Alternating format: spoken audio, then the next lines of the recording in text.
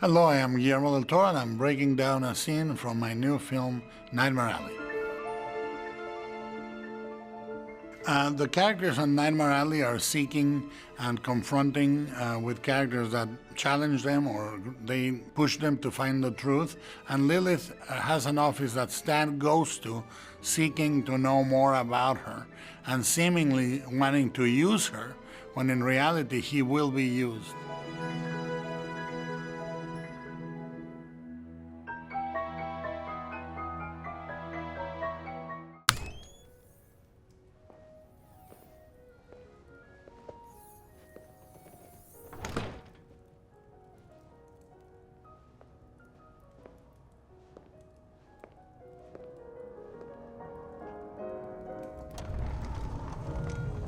Mr. Carlyle, come in.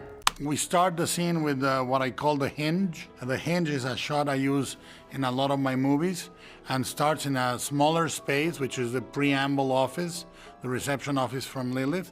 And then the camera goes with the character and the doors slide open and you reveal the entire office, which is a spectacular alley-like office because all the offices and the places in the city are built like an alley in the movie. And you see the office representing the character of Lilith. It's beautiful, but it conceals a lot of things. We will reveal in this scene and other scenes that the office is full of secret doors. Behind them there are recorders, a safe, a secret entrance. So it's like Lilith, perfect but concealing a lot of things. Slow day. Have you not heard? We're at war. I'm aware. Precisely, the line is meant to signify, yes, America is at war now, but it needs to signify we, you and I, Stan and Lilith, are at war. Haven't you heard? Because he humiliated her horribly in front of everyone just in the scene before with them. And now, it's all questions on the beginning of the scene, you see? And the beginning of the scene is, how did you know I was here? And she doesn't answer. And haven't you heard we're at war? And he says, I'm aware, you know? And you don't know if he's saying, yeah, I'm aware that we're at war, or I'm aware that there's a war outside. And then she tries to humiliate him here and there, or she says, do you think you have something big enough or interesting enough for me? You know, and there's a constant change of who is dominant to who. How did you know it was me? What brings you here? You left me your card, didn't you? We very carefully patterned the walls, the woodwork in the walls, after psychological tests. Her office is in perfect order, but you feel a little bit of a menace and an elevated position. It's an office that makes you feel a little bit like a bumpkin. You know, there's a superiority to it. What I do is I create environments that allow the characters to thrive.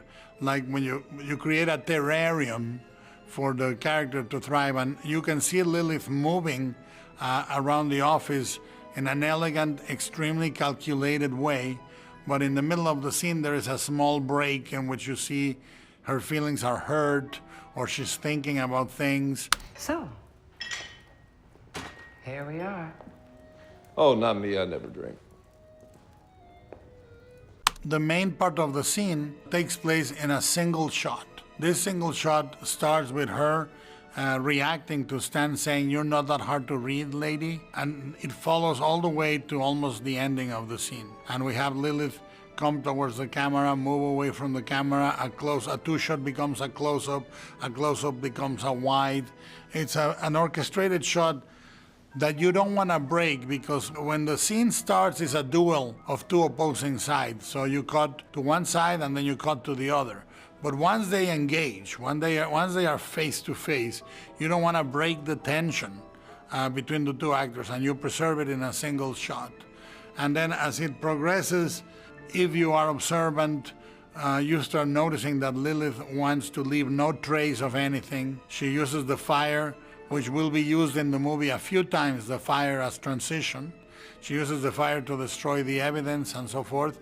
And it's a scene that is part of the... No, there's a number of scenes with Lilith and Stan that are like little theatrical plays almost, in which you have scenes that last as long as the encounter lasted. There are 3, 4, 5-minute scenes that describe a period of time exactly of the same length between the characters.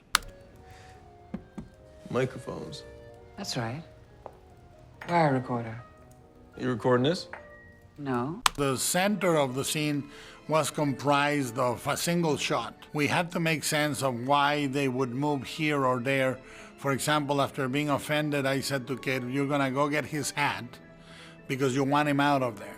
And then as you manipulate the hat and he's talking, you go, maybe I can destroy him this other way, you know? And for Stan, I emotionally wanted to mix a guy that feels superior to her and a guy that knows he is inferior to her and is absolutely almost like a young child in awe of this woman, you know? And for Cate, we talked about using the complete elegance of Lilith and punctuated with little breaks in which you see the emotion.